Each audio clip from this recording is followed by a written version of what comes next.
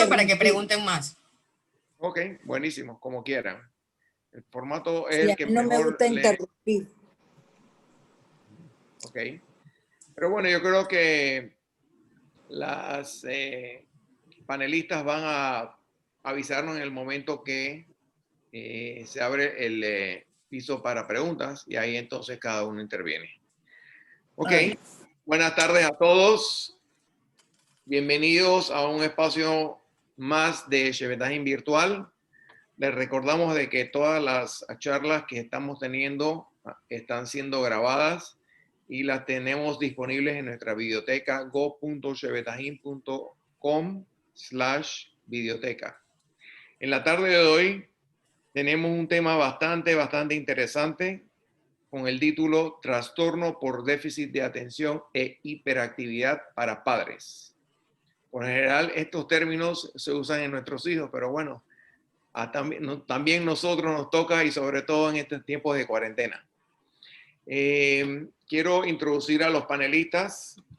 Primeramente a Karen Lowinger, quien es psicóloga con entrenamiento en reconocer y responder el riesgo suicida por la AAS, American Association of Psychology. Tiene experiencia en el tratamiento de trastornos de ansiedad y en prevención de suicidio. También tenemos con nosotros a la doctora Emily Sánchez, que es maestra de enseñanza primaria normal del Juan de Móstenes Arrotemane, ¿verdad? Exacto. Directora de la Clínica Neuropsicológica de Panamá y asesora del Instituto Internacional de Neurociencias en Panamá. Con ustedes, Karen y Evelyn. Bienvenidas.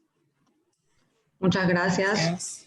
Sí, definitivamente es un tema bastante importante. El enfoque más que nada es poder, como padres, tener un poquito de idea de qué significa este trastorno o estos trastornos, como vamos a ver, y también qué se puede hacer. Entonces, le dejo la palabra a Evelyn. Evelyn, doctora Sánchez, muchísimas gracias por esta charla conmigo. La verdad, para mí es un honor estar aquí contigo. Y sé que todos nos podemos beneficiar de tu amplia experiencia y conocimientos, así que te doy la palabra. Gracias a los papás que se tomaron el tiempo de, si quieres tengo la mía aquí para compartir, solo me tienes que hacer operadora, la tengo a la mano. Se tomaron el tiempo de estar y a Tami Cebede, pues que fue un poco la que nos organizó a Karen y a mí para estar aquí con ustedes. Quería hacer una introducción, Karen, antes sobre los diagnósticos, porque uno de los problemas que tenemos cuando tratamos de explicar ya sea autismo o trastorno del espectro autista, o tratamos de explicar los trastornos del aprendizaje, o el trastorno por déficit de atención, es que son diagnósticos psiquiátricos. Son diagnósticos que están en un manual, se los tengo aquí, es un manual grueso tote, miren qué grueso es, en donde la última revisión salió en el 2015, y aquí aparecen todos los diagnósticos relacionados con la mente. Se llama Manual del Diagnóstico de los Trastornos Mentales. Les quiero explicar esto porque estas categorías aparecen en estos manuales. No es que uno quiera nombrar a un niño con un diagnóstico de trastorno por déficit de atención porque se le ocurrió, sino porque existen ciertos criterios, que es lo que vamos a tratar de discutir un poquito en la tarde, que nos hablan de la presencia de una enfermedad mental que se conoce como el nombre de trastorno por déficit de atención con hiperactividad. El problema con la mente es que la mente es producida por un órgano, el órgano es el cerebro, pero la mente no es posible de ser medida como es posible de ser medida la presión arterial. Por ejemplo, el corazón, que se encarga de bombear la sangre, nos mantiene a un nivel de presión arterial sistólica y diastólica diferente, pero dentro de unos rangos. Tenemos un aparato y es posible medir esa presión. Pero en términos del órgano de cerebro, no tenemos aparatos precisos que nos permitan formular cuáles son los trastornos que existen. Y a lo largo de la historia, el manual ese gordito que les mostré se ha ido revisando y revisando, y en algún momento el trastorno por déficit de atención se llamó disfunción cerebral mínima. Así empezó el nombre de todo esto, tratando, como les digo, de clasificar funciones cerebrales, pero que no tenemos la precisión de otros instrumentos médicos para otros órganos, el órgano cerebral todavía carece de mucha precisión en cuanto a su medición. Entonces, ¿qué sabemos del trastorno por déficit de atención con hiperactividad? Sabemos que es un trastorno de origen neurobiológico, es decir, parte de mi cerebro y no parte de la cultura, y no parte de la educación, y no parte de mi cerebro, complejo. Cuando usted en medicina o en salud escucha el término complejo, se da cuenta de que todavía no han llegado a consensos. El COVID, el manejo del COVID está siendo complejo porque muchos expertos no han podido llegar a un consenso. Todavía con el déficit de atención se habla de que es complejo, no hay un consenso, no hay un marcador biológico específico que nos diga si tengo o no tengo trastorno por déficit de atención. Como hay un marcador específico para la insulina y la glucosa, usted se mide y usted dice si tengo diabetes o no tengo diabetes. Bueno, en el caso todavía del TDAH no conocemos esos marcadores. ¿Y qué es el trastorno? Es disfunciones o dificultades a nivel de la cognición, o sea, del pensamiento, de mi motivación y de mi emoción. Esta descripción me gustó porque siempre nos quedamos en lo cognitivo. Siempre pensamos que es que, bueno, una vez que salga de la escuela se nos acabó el problema del TDAH porque eso es solo para el examen, o para copiar el tablero, o para arrancar con la tarea. Pero no, el tema de la motivación en el déficit de atención, que ahorita lo voy a explicar más cuando hablemos de química, parte para todas las áreas.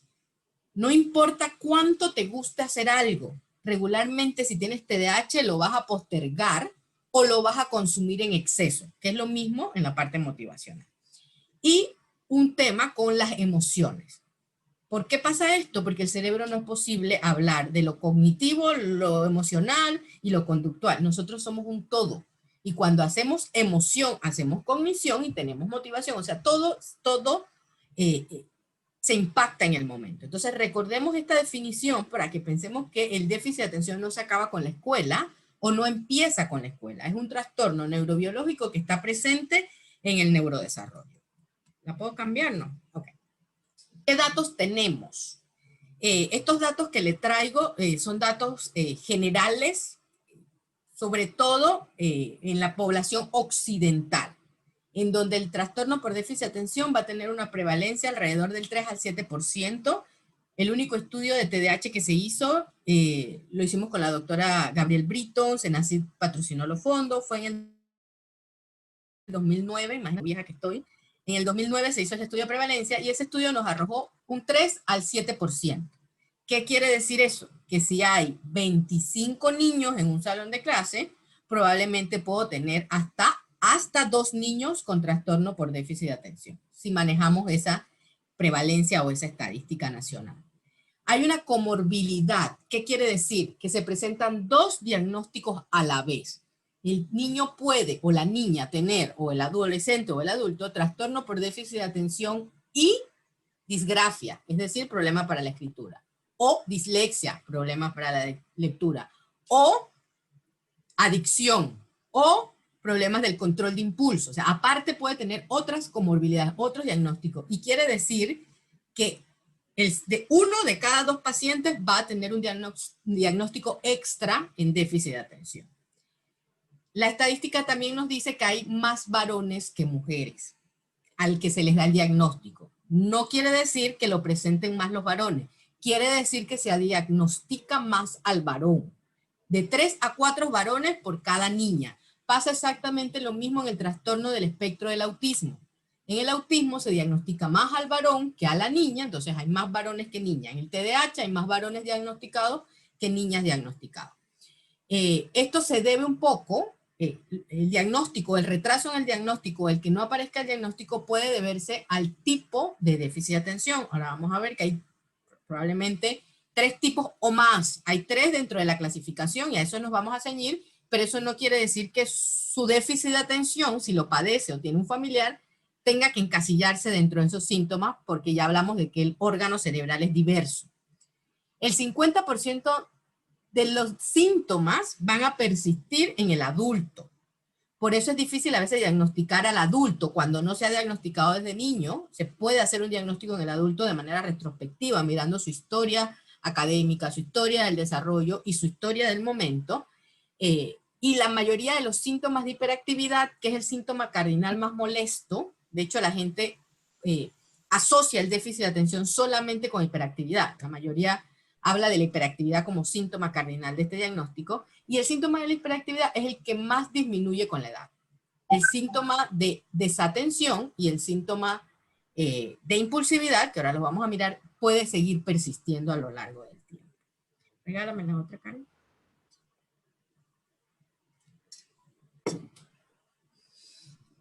El Manual de Diagnóstico de Trastorno por Déficit de Atención, de Enfermedades Mentales, el DSM-5, habla de 3 síntomas principales del DSM, del trastorno por déficit de atención. El primero vamos a hablar es la falta de atención. La falta de atención la podemos ver de múltiples maneras. Las mayores quejas son que no hay una atención suficiente, o sea, la atención sostenida con la que yo me mantengo durante un periodo de tiempo es cortita. Me concentro 3, 4 minutos, me distraigo. Me concentro otro bloquecito y me distraigo. No logro mantener la atención por un periodo de tiempo. Por lo tanto, me distraigo con cualquier cosa. El cerebrito se distrae con la mosca que pasa, con la mariposita que pasa, con el sonido que pasa. Por falta de atención, puedo cometer errores por descuido. Contesté F y la maestra no había dicho que contestáramos F de falso, sino no. Y todo lo puse F y la maestra me lo puso malo porque ella había dicho que se pusiera no y no una F. Es olvidadizo, se le dan 2, 3 instrucciones y solo completa una. No mantiene la atención en la tarea que está haciendo. Empieza a hacer una cosa, cambia la actividad, se enfoca en varias tareas a la vez y le cuesta concretar las tareas. Parece no escuchar, parece no seguir instrucciones, no logra concentrarse. Constantemente, como les digo, cambia de actividad y con marcada dificultad en la organización. Yo quiero hacer aquí, nombrar un síntoma extra que no aparece dentro de los manuales y no parece muy nombrado, pero sí parece muy mencionado por los pacientes, que es como, algunos lo describen como la ensoñación. Es que de repente pasaron 5 minutos frente a mí y yo no sé dónde estaba, ¿sí? Como una ensoñación, que ojo, porque hay una cosa que se llama crisis de ausencia, que son unas epilepsias o epilepsia benigna de la infancia, le decían antes, que se parece a eso, pero eso cursa con un electro anormal y se tiene que medicar rápidamente. Acá en estos casos son ensoñaciones, en donde la persona está en su mundo interno, prestándole atención a su mundo interno. No es que no le está prestando atención a nada, no podemos dejar la mente en blanco, siempre estamos pensando en algo. Entonces la persona está en su mundo interno y cuando el tiempo pasa, no se da cuenta.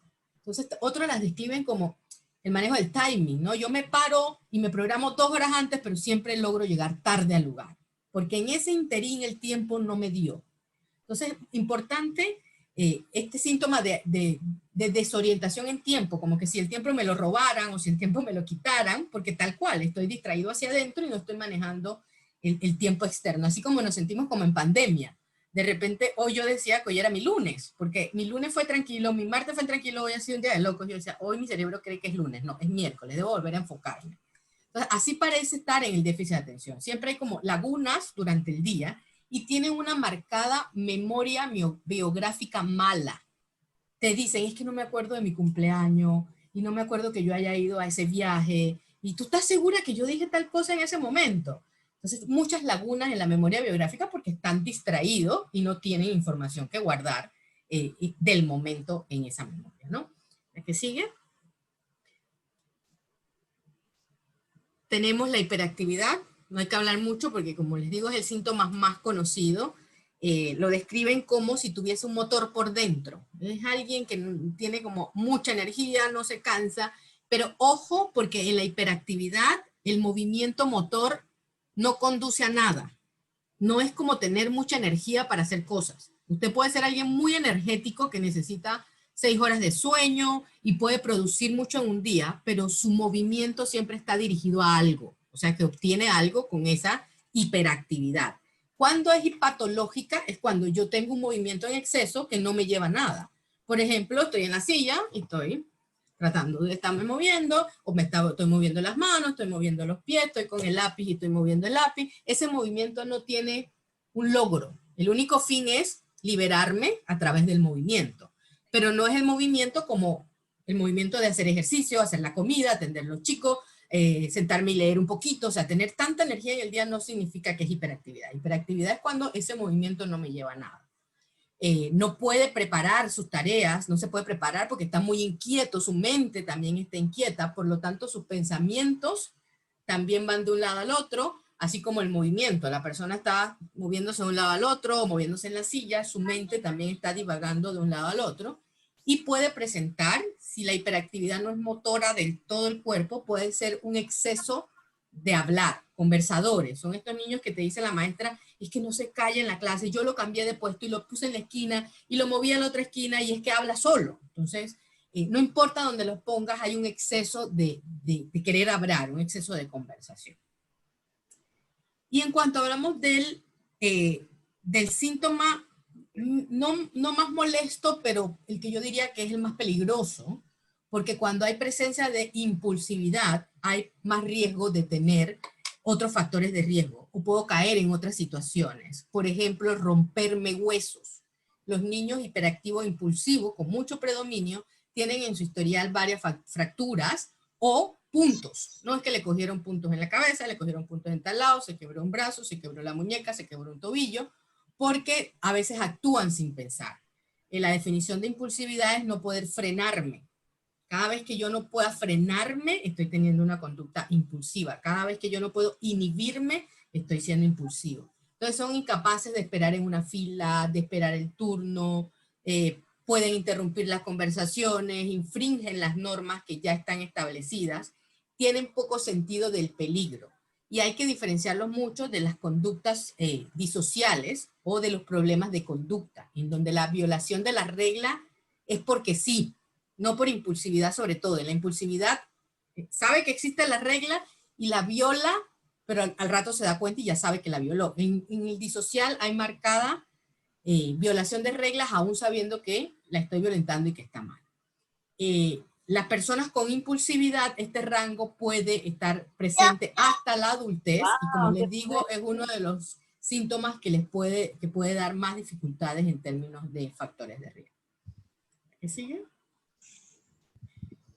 Como hemos visto, muchos de estos síntomas los niños los pueden tener. Es normal que el niño se distraiga, es normal que el niño tenga ensoñaciones, es normal que el niño sea imprudente a veces, es normal que sea más inquieto de vez en cuando, o que quiera tirarse a la piscina en la parte honda y sea impulsivo. Pero en el déficit de atención, los síntomas están por un periodo largo de tiempo. O sea, por 6 meses el niño ha sido impulsivo, por 6 meses ha mantenido la hiperactividad o la desatención, y en mayor grado que otros niños. Siempre la pregunta que le hago a los papás es, ¿y si estuviesen en un cumpleaños? ¿Sobresale en el cumpleaños? Ay, sí, siempre quiere dar las respuestas y el payaso pregunta y él se contesta antes de tiempo y no quiere esperar el turno y en la piñata quiere darle primero. O sea, sobresale sobre otros niños. Son síntomas que no es que usted por ahí, una de los requisitos para dar el diagnóstico es que los síntomas se presenten en varios lugares, o sea, en la casa, en la escuela, en el caso de los niños o en el trabajo en los adultos, y en la parte religiosa y social. Si salimos a algo religioso, también los síntomas van a estar presentes allí, y si salimos a algo social como un cumpleaños, también los síntomas van a estar presentes. Entonces, el déficit de atención está presente en varios escenarios, y recordar que ningún niño, está bien, la que sigue, que ningún niño es igual al otro.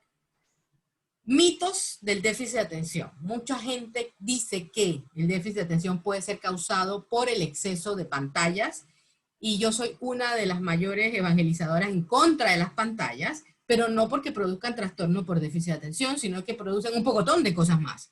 No solo afectan la atención, sino que las pantallas afectan muchísimas cosas más. Puede ser que el exceso de pantalla, como estamos teniendo ahorita en pandemia, nos dé más síntomas de impulsividad porque estamos más irritables, más cansados, el estar frente a una pantalla sin el feedback, ese no verbal del otro, nos cansa más. Entonces puede ser que no sea impulsividad, sino irritación. Y la desatención es bastante común después de que yo estoy un tiempo prolongado frente a una pantalla, puedo tener problemas de sostener la atención. Alergias a comida, algunas personas creen que algunos alimentos pueden producirlo, o demasiada azúcar. La azúcar lo que sí va a producir es una hiperreactividad, pero no a nivel del ser humano, una hiperreactividad a nivel cerebral. O sea, las neuronas sí van a estar más activas, y si la neurona está más activa, va a funcionar peor. El cerebro es como paradójico. El cerebro que tiene menor consumo de energía es el cerebro más eficiente e inteligente. El cerebro más inquieto y que consume más energía es el cerebro menos eficiente. Entonces, el azúcar lo que hace es que el cerebro sea muy energético en un momento, pero no siempre es eficiente. Pero no produce, por supuesto, trastorno por déficit de atención. Provenir de un hogar disfuncional tampoco produce problemas de atención. Y una escuela sin recursos, o una escuela con malos maestros, o una escuela con una mala administración, tampoco produce trastorno por déficit de atención. Que sí sabemos es que el 75% de los déficits de atención son genéticos, es decir, alguno de los progenitores o familiares de primer grado de consanguinidad hasta segundo grado de consanguinidad y tercer grado de consanguinidad, es decir, abuelos y bisabuelos, pueden ser portadores de los genes que tienen que ver con recaptaciones de algunos químicos cerebrales. Voy a hilar otra vez.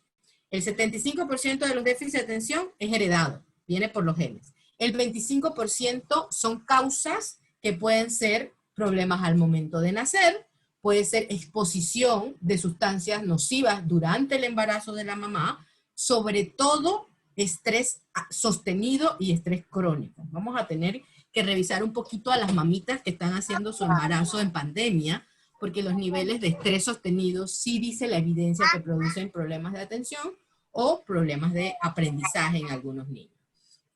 El 75% cuya causa es genética tiene que ver con genes transportadores de unos químicos. ¿Cuáles son los químicos del déficit de atención?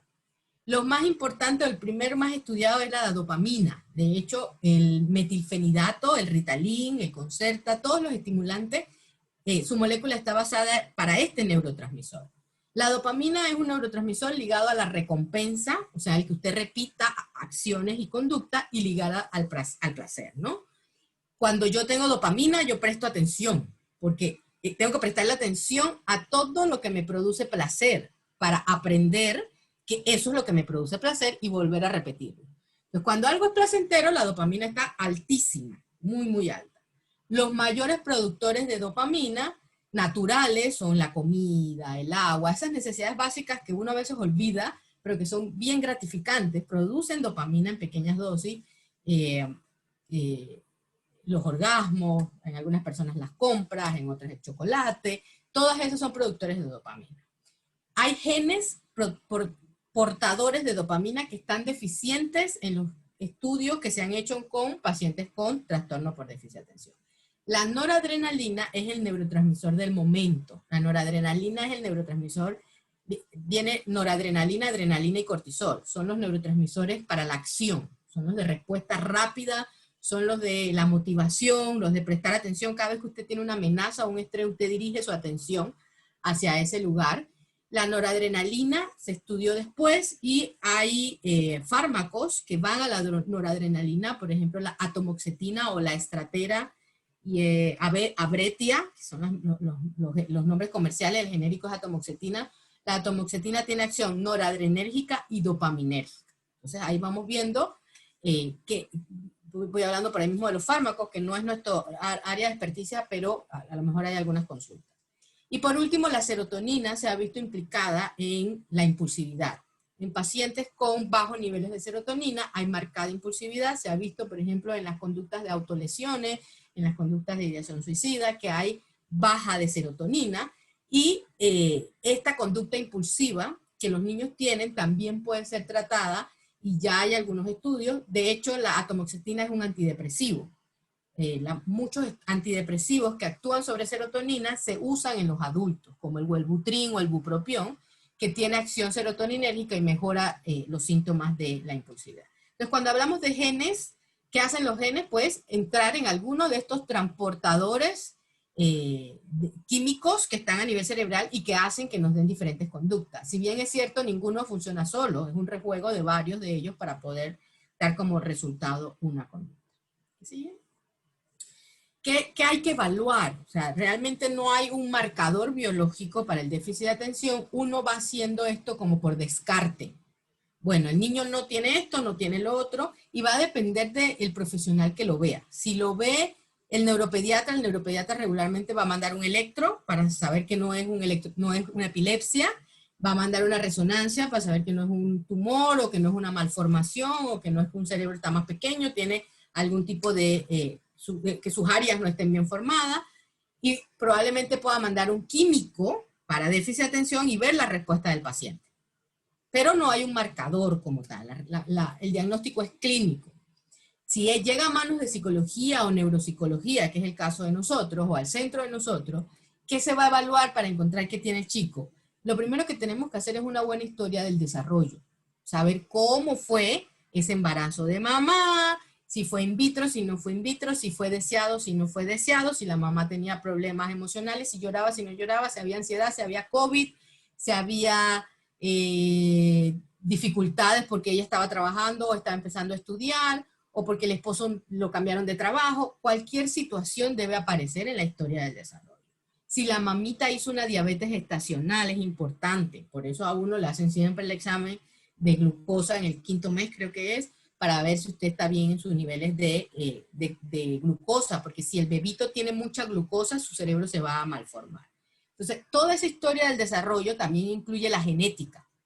A ver, ¿alguno de su familiar tuvo alguna condición?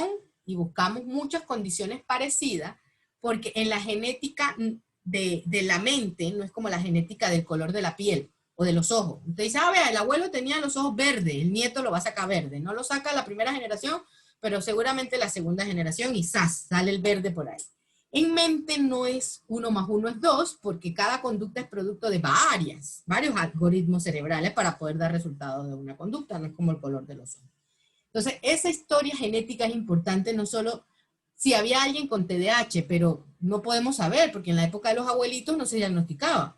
Entonces, cuénteme mejor cómo era el abuelito. Ay, si es que él era peleón, usted viera, perdió negocio porque peleaba con todo el mundo y a veces se arrepentía, pero es que contestaba antes de tiempo o tomaba malas decisiones en los negocios por apresurado. Entonces, ahí vamos viendo como un patrón de conducta, que eso se llama fenotipo.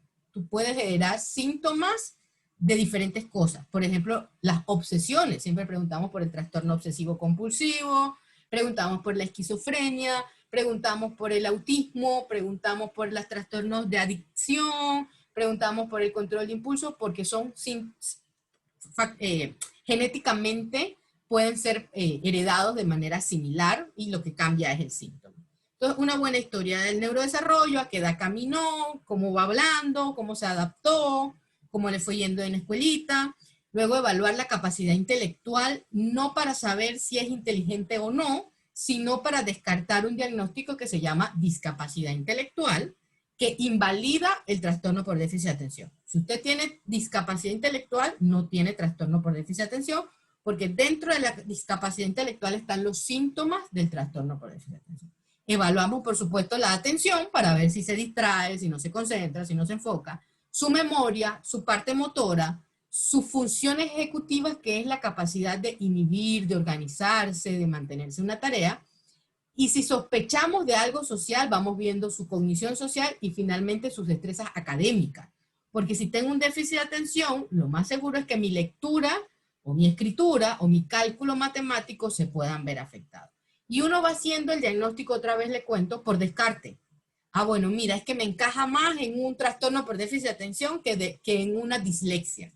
O me encaja más en un trastorno por déficit de atención que en un trastorno del espectro autista. Y vamos haciendo por descarte. Muchas veces no nos encaja en nada, o sea, la mayoría del tiempo, porque los niños son diferentes y no entra como receta de cocina. Pero tenemos que dar muchas veces el diagnóstico para efectos de escuela o para efectos del médico referente, así que algunos niños se van con diagnósticos tentativos porque es lo más parecido a lo que puedan estar presentando en el momento, ¿no? ¿Qué sigue?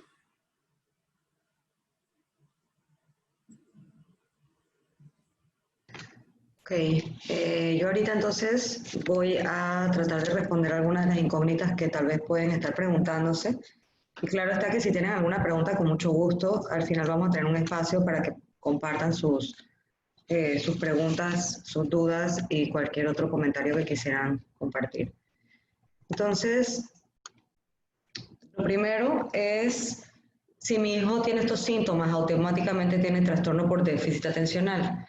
Y la respuesta, tal cual como la doctora Sánchez explicó, es de que muchos de estos síntomas o muchos de estos factores que están involucrados en lo que es el déficit atencional realmente son normales de acuerdo a la edad, pero deberían ir madurando.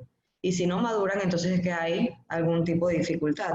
Entonces, precisamente, si vemos que un niño de 2, 3 años no puede mantenerse 30 minutos en una mesa, sería anormal esperarlo. Entonces, es importante entender quién es el niño, tanto como dijo la doctora Sánchez, con su edad, con su entorno, con todos los otros factores para poder entender si esta persona realmente tiene un trastorno por déficit atencional. Claro está que lo evaluaría ya un profesional de la salud mental.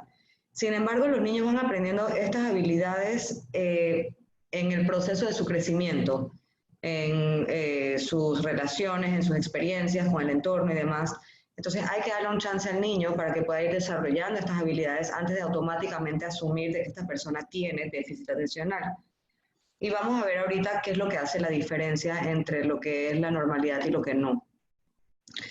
Tal cual como la doctora Sánchez explicó en lo que es el diagnóstico de trastorno por déficit atencional, lo importante es poder ir descartando, porque tal cual como ella explicó, pues no es que haya una prueba de sangre, no es que haya un electrocardiograma, nada de esto, electroencefalograma, perdón, nada de esto que nos pueda indicar a nosotros de que la persona tiene este trastorno.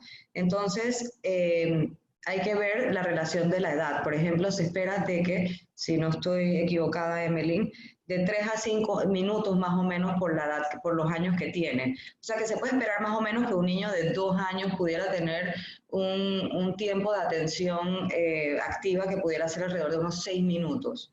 Mientras un niño Sí, que... Ajá. sí, yo diría que después de que el niño tiene un lenguaje, Karen, un lenguaje que lo puede autorregular, hay que hacer una distinción importante.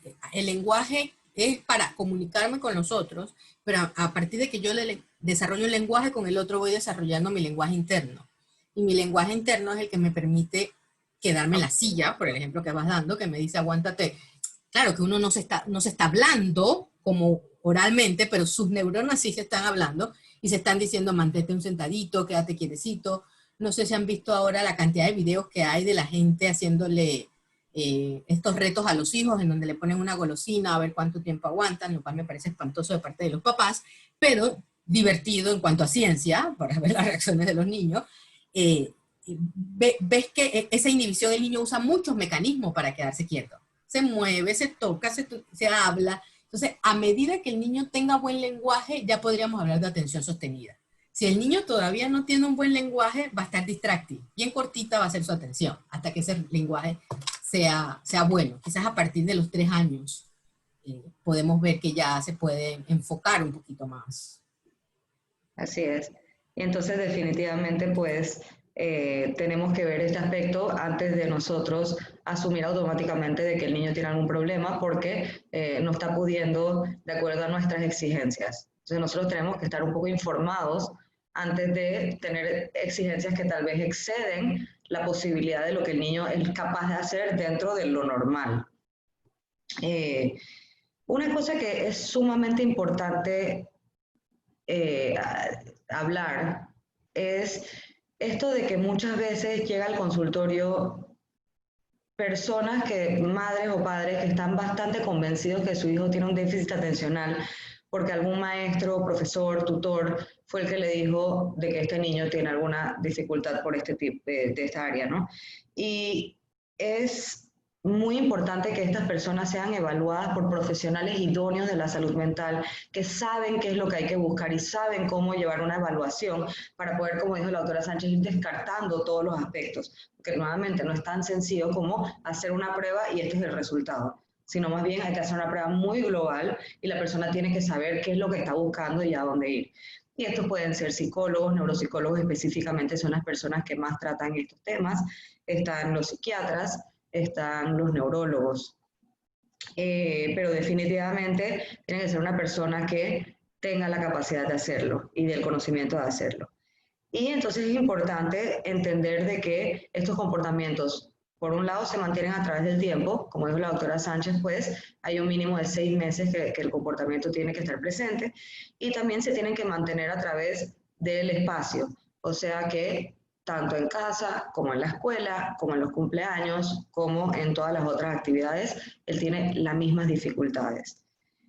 Y entonces, bueno, ahora tenemos un poquito sobre el tratamiento del déficit atencional. Por un lado está la parte de la terapia, que la intención sería ayudar al niño a desarrollar ciertas habilidades sociales, emocionales y de planificación.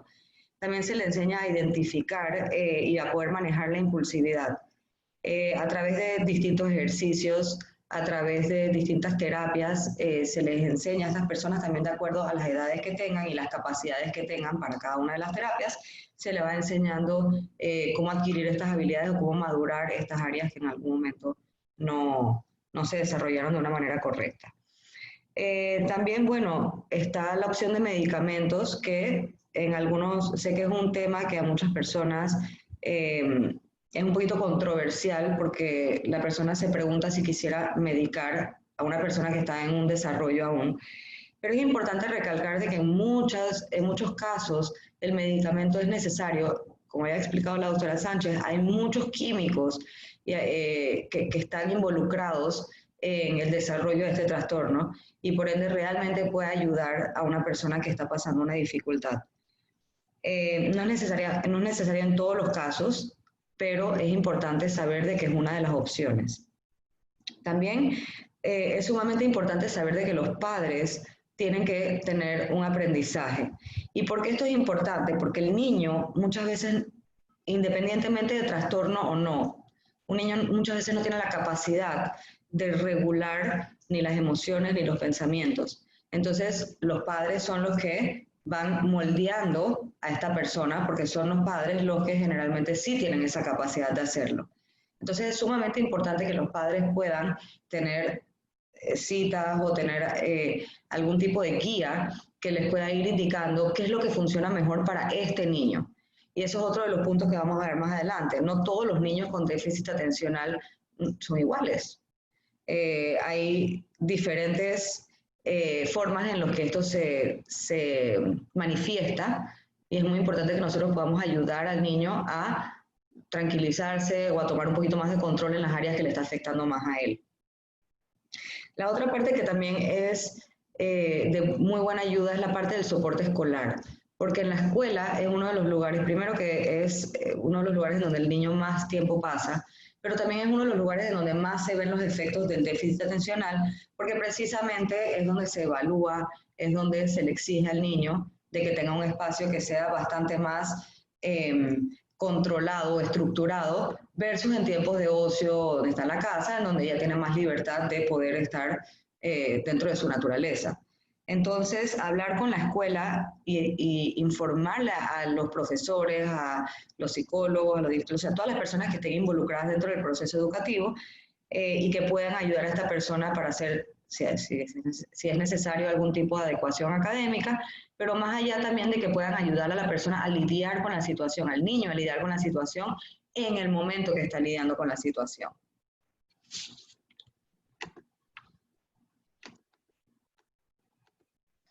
Entonces, ¿cómo el trastorno por déficit atencional e hiperactividad afecta a los niños? Por un lado, está la parte de la distracción. La distracción hace que los niños parezcan como si ellos no nos están escuchando, que es cuando uno le habla a los niños y los niños están como que mirando para otro lado, no logran como que enfocarse con lo que una persona le está diciendo. También tiene mucha dificultad para seguir instrucciones, y nuevamente nos lleva al ámbito escolar, en donde es un momento en donde se le exige al niño precisamente seguir instrucciones, y es donde más se nota la dificultad de hacerlo. También muchas veces vemos de que estos niños necesitan mucha motivación y recorderis para hacer las cosas. Entonces, empezar una tarea, por ejemplo, escolar, un proyecto, es algo que por lo general requiere el recuerdo. Oye, ve a hacerlo, ven, vamos a hacerlo.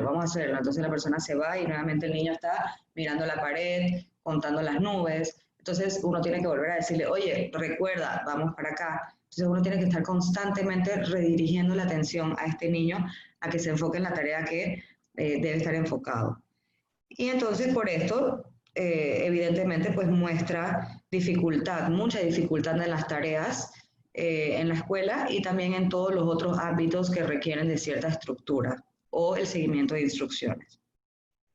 La hiperactividad, por su lado, es esto que estaba hablando la doctora Sánchez de el estar constantemente moviéndose sin tener que tener una razón por la que se están moviendo, sin tener algún tipo de beneficio del movimiento. No es algo que estoy haciendo para lograr una meta, sino que es algo que estoy haciendo porque no logro quedarme quieta. Al quedarme quieta no es algo que mi cuerpo hace naturalmente, entonces constantemente la persona se siente como incómoda.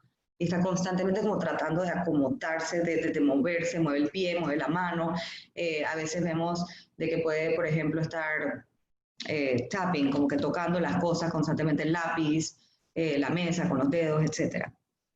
También vemos de que estas personas muchas veces se muestran como personas muy desorganizadas y desordenadas, en donde tienen sus áreas de trabajo escolar, su ropa, sus maletas, sus zapatos, o sea, no logran poner las cosas donde van.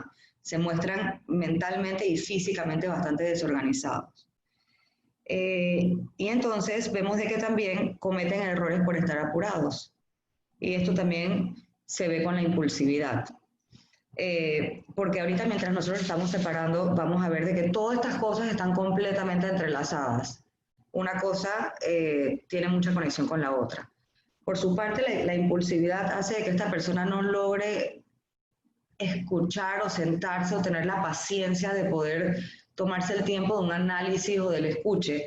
Y entonces hace que estas personas por lo general interrumpan mucho. O sea, alguien está dando una instrucción y está preguntando, y no sé qué, y y qué pasó con esto, y qué pasó con lo otro, y en un cuento están imaginándose esto y lo otro. Entonces, no lo confundamos con una imaginación demasiado activa, pero sí con una incapacidad de prestar la atención con lo que se está tratando en el momento. Y también pues está esto de que muchas veces intenta hacer cosas que sabe que no debe hacer, que es la incapacidad de seguir instrucciones o que te lleva a esta impulsividad de no poder pararte o detenerte antes de tiempo. Entonces, por ejemplo, estos niños que, como había dicho la doctora Sánchez, de que se le dice de que no coman la pastillita mientras el padre o la madre se van. Esto es así, le piden al niño, le ponen un platito de pastillas o chocolates o algo así, entonces los padres se van y le dicen, vengo en un minutito, te voy a dar una pastilla, pero no puedes coger ninguna hasta que yo vuelva. Entonces filman al niño, y el niño está supuestamente solo, y el niño empieza como que a tratar de aguantarse, de no comer la pastilla, entonces a veces como que va y la toca, ¿sabes? Como que medio que hasta que la saborea y después la vuelve a dejar, y a veces la mira y la vuelta y la vuelve a dejar. Entonces, muchas veces es esto la impulsividad, ¿no? El ir a la acción y a veces no existe la capacidad de pararte, detenerte a hacerlo, simplemente ya fuiste, pasó. Y vemos de que en juegos, en filas, en deportes, entre otras cosas, estas personas tienen mucha dificultad para esperar su turno. Están muy desesperadas y no tienen la capacidad de esperar, al igual que el resto de los niños. ¿Qué pueden hacer los padres? Bueno, por un lado está la parte de involucrarse. Es importantísimo aprender sobre este trastorno, poder leer sobre el trastorno, para poder entonces seguir el tratamiento y las recomendaciones que le han dado los profesionales que están atendiendo a este niño. Preguntar también cómo el trastorno por déficit atencional está afectando a ese niño directamente y qué puede hacer. Entendiendo de que todas las personas son individuales y cada uno manifiesta sus dificultades de acuerdo a diferentes comportamientos, diferentes pensamientos, nosotros entonces tenemos que entender de que cada uno tiene que tener su propia individualidad en cuanto al tratamiento, el trato que uno tiene con el niño. Entonces no podemos estar diciendo, bueno, a mi amiga le funcionó que haga esto con su hijo que tiene ese diagnóstico y a mi hijo le va a funcionar exactamente igual. No funciona de esa manera, entonces hay que tener toda la confianza de hablar con estos profesionales que están viendo a este niño y preguntarle, ¿qué puedo hacer por mi hijo? No qué pudo hacer la otra por su hijo, sino qué es lo que está pasando con el mío. Y entonces entender de que hay personas que tienen de repente más dificultad en lo que es la hiperactividad, otras personas de repente pueden estar más conectados con su parte impulsiva, mientras otras personas pueden tener más dificultad prestando atención. Entonces todo el tratamiento va a estar relacionado con las estrategias que nosotros le podamos dar a esa persona. Otra de las cosas que pueden hacer los padres es enfocar la enseñanza una cosa a la vez. Estos niños por lo general tienen mucha dificultad manteniendo al cabo el comienzo hasta el final de una tarea. Como vimos, hay que estar constantemente motivándolos. Entonces no podemos cargar el cerebro metiéndole esto y esto y esto y esto.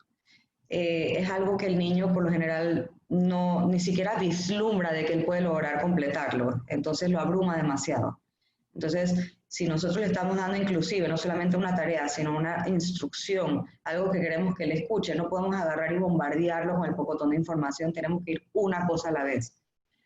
Vamos a lidiar con esto, vamos a hablar sobre esto, y luego, o después de un tiempo que se procesó, vamos entonces a pasar con otra cosa. Ok, la otra es la parte de la disciplina con propósito.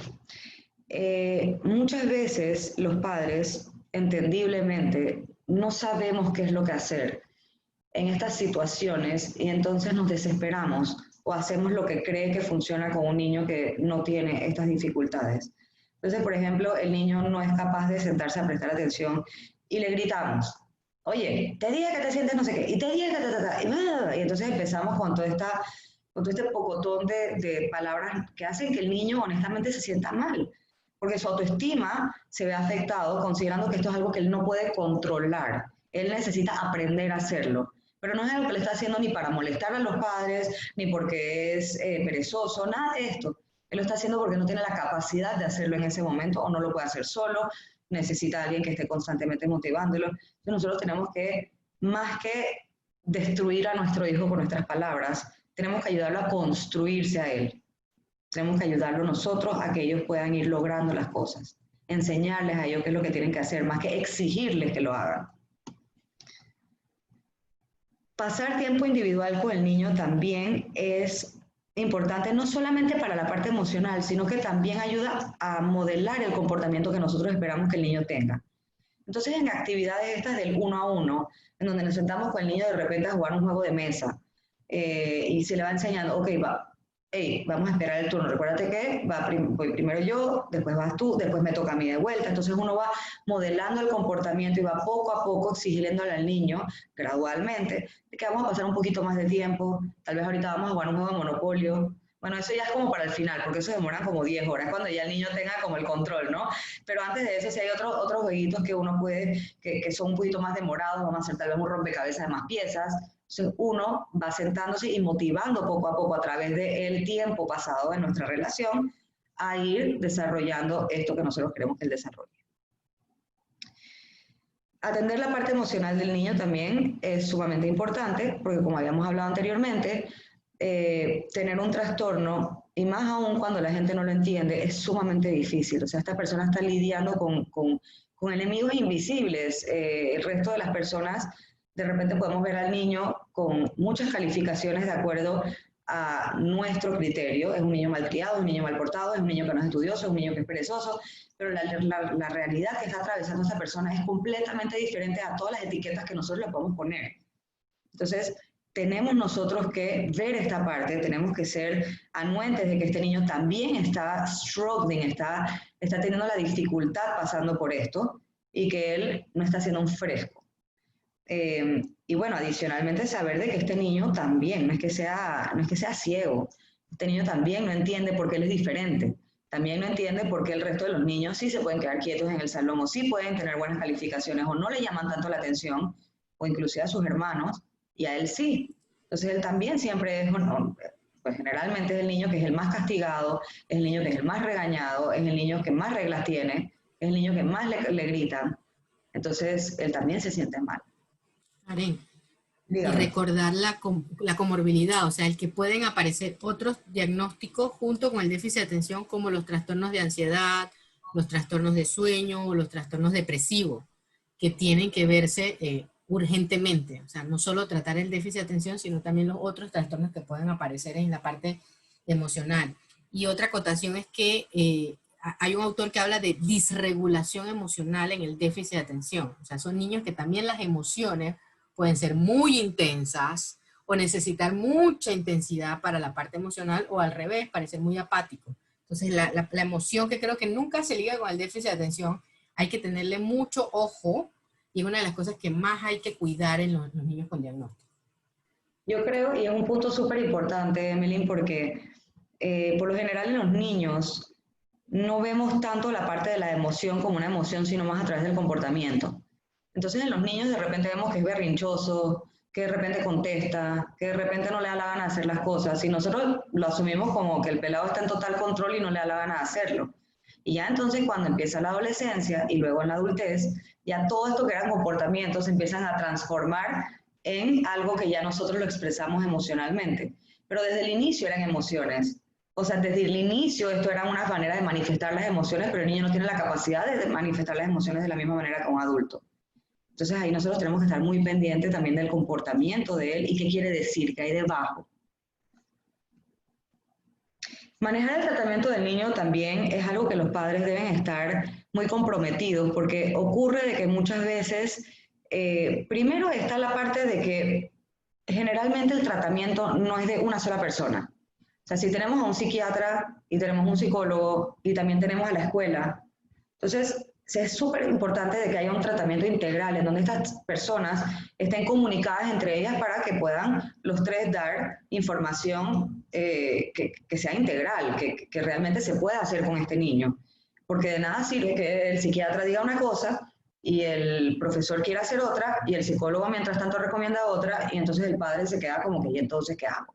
Entonces es muy importante poder buscar profesionales de la salud mental que están dispuestos a hacer este tratamiento integral, y por su parte pues también uno adherirse al tratamiento, porque muchas veces nos vamos con el Google o con la amiga o con lo que escuché o con lo que dijo el otro en el artículo no sé dónde, y entonces nos empezamos a confundir. ¿Será que está bien el tratamiento? ¿Será que no? ¿Será que me voy por otra medicina que yo escuché que le fue mejor al otro?